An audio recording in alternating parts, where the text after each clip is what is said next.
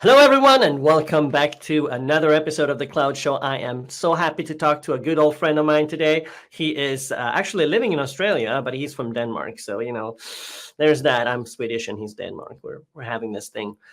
Anyway, what we're going to talk about today is the troubles of rolling out new features and rolling out new features to your applications with basically you run automated deployments and things like that, and you want to be able to turn on new features in production as you go. So feature management will be the topic of today with Lars Klint on the Cloud Show.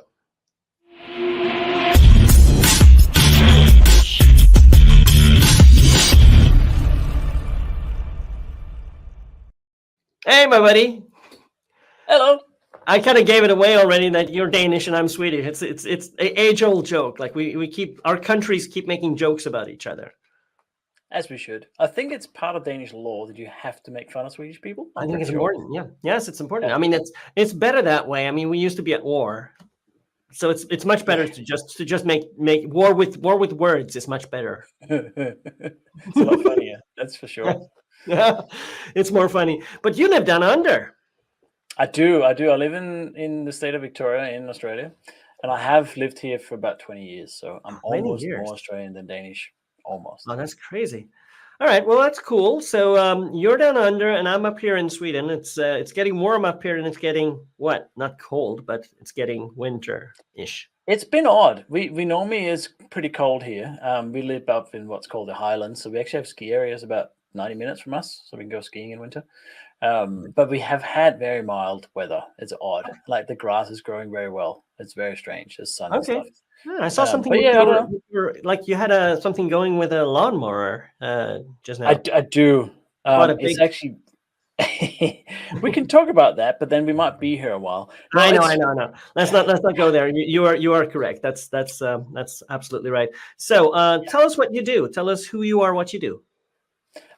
So my name is Lars. Hello. Jeg er dansk, hvis man tvivler på det, but we'll do this in English. And I've been in tech for 25, 30 years. No, actually more. I got my first computer, Commodore 64, when I was 8. So that kind of aged me as well because I'm old. I'm not as old as you though. And just wanted to get that in there. And I'm a Microsoft MVP for Azure, and I have been for 10, 11 years now. Yeah. Which means that I do talk an awful lot about Azure because I kind of think that, well, I've used it since day one. I used it when it was a Silverlight portal, and I'm sure you did too, Magnus, as well. I did, yeah. I miss it. Oh. The good old Windows Phone days. No, so I've done a whole bunch of things within Azure and Microsoft World as well. I've done consulting, I've done product development, I've done obviously MVP. We get to do a lot of fun stuff at Microsoft and give them feedback on all sorts of stuff, and it's just a nice place to be, and that's probably why I'm here. For sure. Yeah, definitely. And in this space, then, I'd like to talk about what we're going to talk about today. In this, right? And in this space, features, rolling out new features. We are all talking about having automated build and deployments set up so that everything just rolls out as soon as you have built it. It rolls out all the way, and it can go all the way to production. But you might want to. Yes, you should. If you can, you really should. And you want to be able to like switch on new functionality and manage that space. Am I right? Yeah, it's part of computing for as long as I've been a software developer, to be honest. It's always the thing of, well, we need to build this new feature and then we got to roll it out on some arbitrary date that someone else decided. It's usually the case because you want to do a big spiel about it, or maybe it's just a small feature you just sort of, push out underneath everybody's attention. But there is some sort of feature management going on, and there has been forever because we always build new features into software. We start with a little MVP type project, and then we just keep iterating on it, and that's just the way software is built. We have tried in the past to build everything from the start, and that doesn't go well. No, it doesn't go well. No, it doesn't go well at all. So ideally, you would want to build a new feature, large or small. You have a new thing that's going to go out. Yep. You want to build it. You want to deploy it out there without it being available to your users. It's there, but it's not being used at the moment. But everything still works the same as before. And then you want to turn a switch. That's right. So you're already putting, like, you it's very nice leading. I didn't even prompt this, but you're already sort of picking on the first problem that we found at Arkahna for this particular process, I guess. Yeah. And that is, who's in charge of pressing that button? Yeah. How does that happen? Yeah, absolutely. It can be like this big announce thing, right? It can be like, oh, they're announcing something like no. stage. I mean, how does it practically get done? Who presses the button? How does it get into production, right? Is it you, Lars? And well, it shouldn't be, right? I'm a software dev. I should not be let anywhere near that thing, right? And that's been the problem, is that it's been in code. So we had this problem of developers were in charge of these features. They were built into code, and there would be some sort of feature management system. Developers, or the DevOps people, is probably more relevant in today's climate, would be in charge of saying that is now live. And often that meant that you had to do some sort of deployment to make it go live. Right? Yes. There are ways of doing it, so you toggle things on and off. Which there are a lot of products that do that, and there's a couple of issues with that as well. But back to my original question: who should be in charge, Magnus? Who should be in charge of saying, let's launch? Are you saying that a non-technical person should be in charge of that, like a manager? Ooh, the product owner.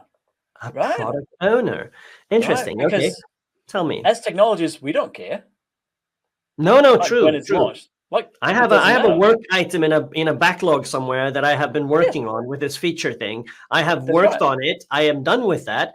I just don't want to care. I didn't want to care about how it got deployed into production. I don't want to care about when somebody wants to use it. I just built it. I'm doing the next work item now. That's right. You know it works. But you don't care when it works.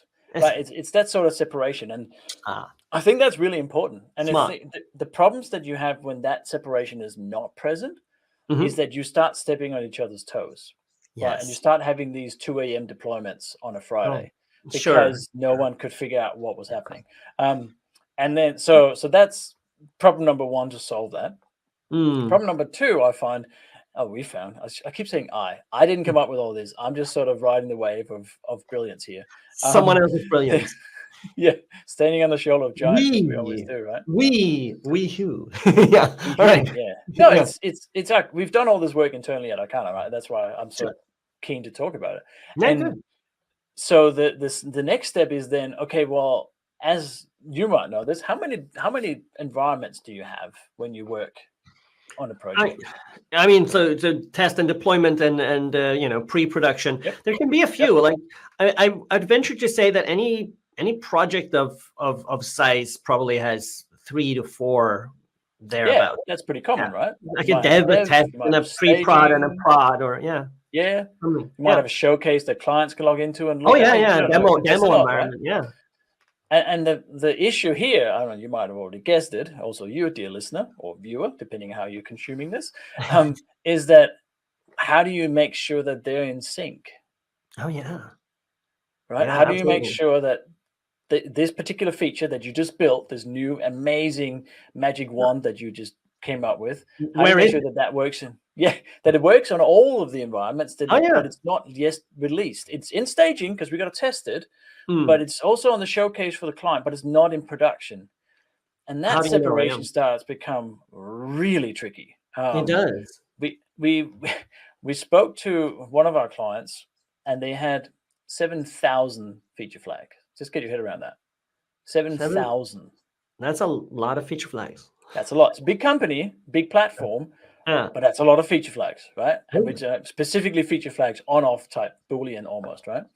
And the problem they had that we were trying to then help them with was that in their cloud environment, they would have to manage all these feature flags, and it would take them 2 weeks to deploy something to production.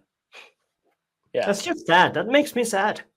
It does, and it's. I wish I was making it up, but I really am not. It's not as uncommon as you think. No. And it was no one's fault. It was something that had developed from way back when they first started building the platform, and developers would go, "Oh, this is a great way of doing it. We can easily do it in this JSON file," as it turned out to be. But then it grew and it grew and it grew, and suddenly someone else took it over, and it just became this behemoth that required several deployments just to get it up to speed. and they still weren't sure that whatever was in development was also in production and what was turned on and off, right? So you basically had a separate config file for each environment that you had to keep track of. So that's another really interesting problem to solve. Or like falling down to text comparison now in the JSON configuration, or what? Pretty much. Okay. Right? And you would have to, I'm sure there were tools around these JSON files that would, but make it visible what was actually live in production. But I'm not sure. But all right, so that's a clear problem, right? So how do you who's in charge? Well, I guess the product manager. And then how do you like keep everything in sync? How do you keep everything in sync? How do you do that? That's tricky, right? Yeah.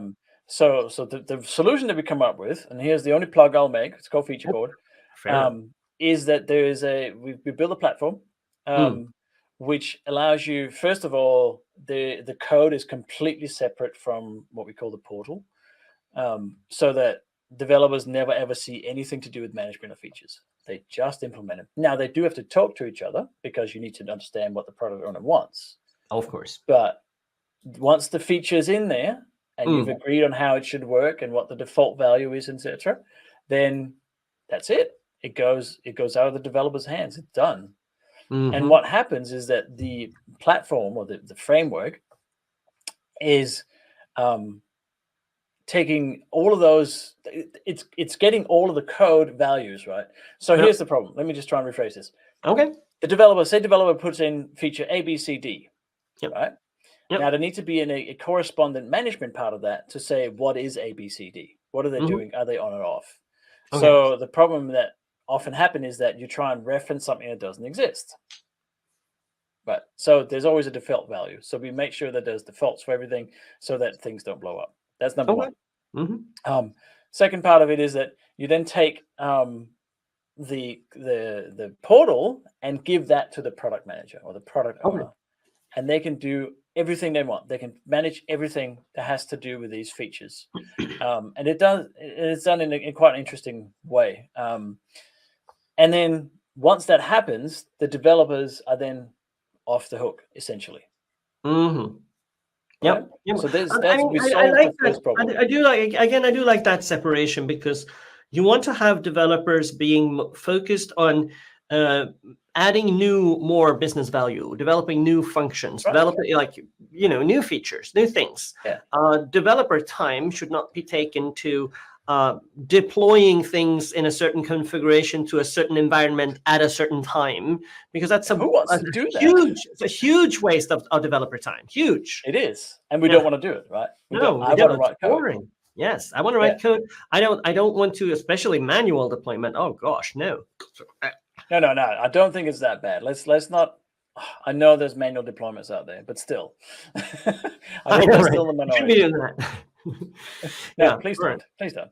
Make sure things are automated. And then so that sort of solved the first problem, which I think is really interesting. And we have this, and it doesn't matter if we're talking on a cloud show, and it doesn't matter where you have this. This is a SaaS product, and it's hosted in the cloud. It runs in the cloud, so it's always up, right? It's not like we have servers or anything. So we've built this on Azure, and it runs 100% in Azure, and you transact it through Azure. Like everything is Azure.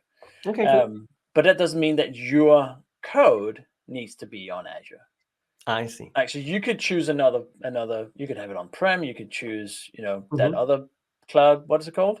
I can't remember now. And then, but no, it doesn't matter.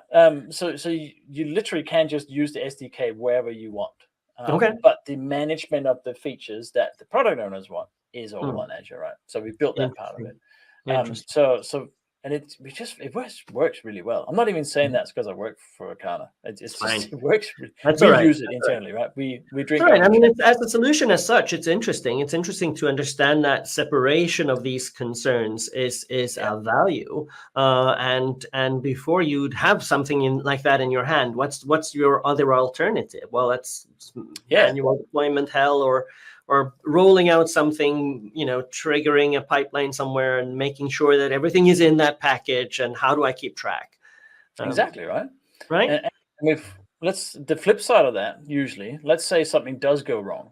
Like, for example, you have a feature rolled out, and it turns out it gives everybody $10 free every time they click a button. Like, I don't know what it would be, right? Something horrendous that you really need to stop.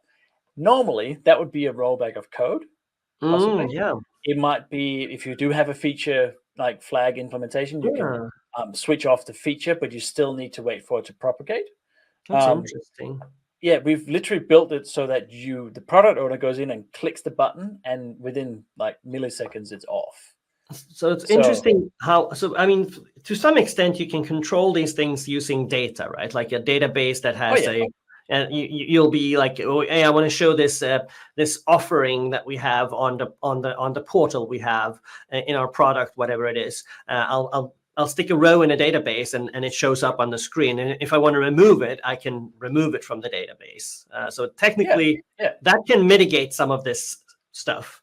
But this is yes, it should. But this is like you can turn off a feature just by saying, oh shoot, we need to remove this thing from the site now, giving the control to the product owner or to someone in marketing or someone who cares about, or the CTO or like whoever it might be, the person that makes the business decision, right? Right. And that's a clear and good value of a feature toggling. Do we call it that? Feature toggles? Well, we can't. So it comes from feature toggling. We just say feature management because it does a lot more. I'll tell you a little bit more about some of the benefits or some of the problems, I guess, that are sometimes with managing this. Because so Jake Ginneman, who built this product from the start, people may or may not be familiar with him. He's a brilliant developer. Absolutely. I lean on him a lot. He was working for a big news site in Australia, so news website, right? And one of the things they had was that they had different tiers for your membership or your subscription. So you could be a gold or silver or bronze, for example. Right? I'm not sure what they were called, but usually what happens is that when you so let's do an Azure example, right? If you have, say, a news website and it's over certain regions, more than just one, and you want to have really fast data available, one option could be maybe using Cosmos, right? Sure, possibly. Cosmos is a great service. Yeah, that's right. What is one of the, let's say, caveats of using Cosmos that people always get caught out by? You tell me. Price. Oh, price. Right? Because people don't know how to use Cosmos a lot of the time. They don't understand the implications of using a service that is that available. So one of the problems that Jake had with the news website was that every single person that came on the website was logged in, became a session, as you'd expect. Now that session was bound to the user. Okay. So every time another user came on the website and then reloaded the same page and logged in, whatever, that was another session. And what this meant was that every single request became a database hit. Right? So the problem was caching, because you couldn't really cache any of the user-specific values, at least. And that meant that it was slow because you couldn't cache things. And, you couldn't utilize something like Azure, Redis cache or whatever you want to use in the cloud. Yeah. And the way to solve this is that in FeatureBoard, we don't talk about users, we talk about audiences. Okay. And it's one of these very, very tiny but extremely significant details in this product, right? And it means that we don't really care who you are. It's a bit rude, I know, but we care about your properties, right? So we care about, let's say, which membership you are, or which is it your birthday today, or any of those sort of properties of your user. And then we can scope. Does that make sense? Yeah, it does. Yeah. So instead of being Magnus, we say, well, maybe you're a male Swedish 40 to 50 or something, right? So Swedish, right? So it becomes more of an audience definition rather than a user definition. I see. And then we took it one step further, and the audience is, you don't actually have to be a user. The audience could also be something that's happening. A good example is always if you have tried to play a Star Wars song in Spotify. Have you ever done that? I have. Yeah. And the progress bar turns into a lightsaber. That's cool. Yeah. It works sometimes, right? And that is a nice little Easter egg. So that could also be an audience who is listening to Star Wars songs. So it doesn't have to be anything that is like male or, level, subscription level, or whatever. It can be almost anything. But I guess and what that means is that I guess default is listening to Star Wars. That's going to be your default, obviously. Well, obviously, yeah.